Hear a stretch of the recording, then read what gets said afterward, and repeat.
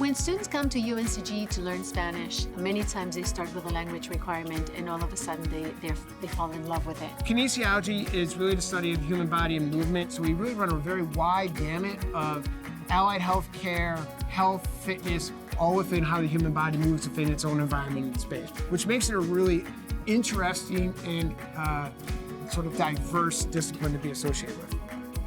I like teaching because you get to make an impact on a population, students, that are typically trying to decide what they want to do with their life. And so having teachers that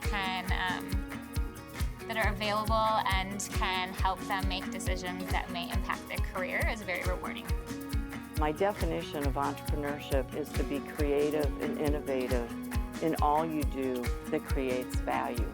So everyone in their careers need to be entrepreneurial. I love my job because I actually really love the people. Faculty I work with are great, the students are really exciting, and every day is kind of a different adventure.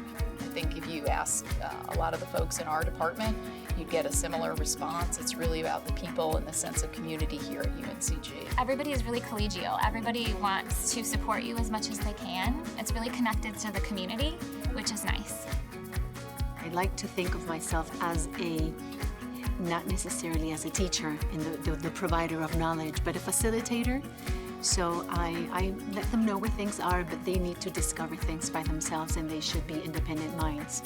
I think the difference now is that I connect to students in a much more meaningful way, one-on-one, and I try to do my best at reach out to them individually to understand what their needs are, where their life journey is going, and how to make a difference in that journey.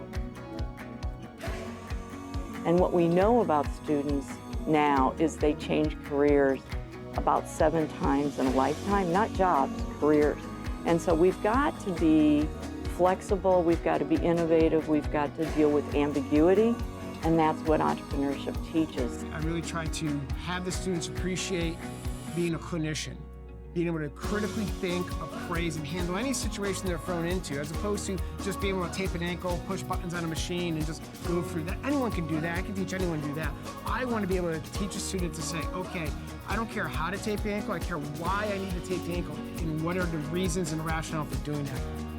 Teaching online, oftentimes people will say, oh, that's going to be terrible, you don't really get to know your students, and I usually am able to respond that teaching online has actually been a great experience. I oftentimes know my online students better than I know my face-to-face students.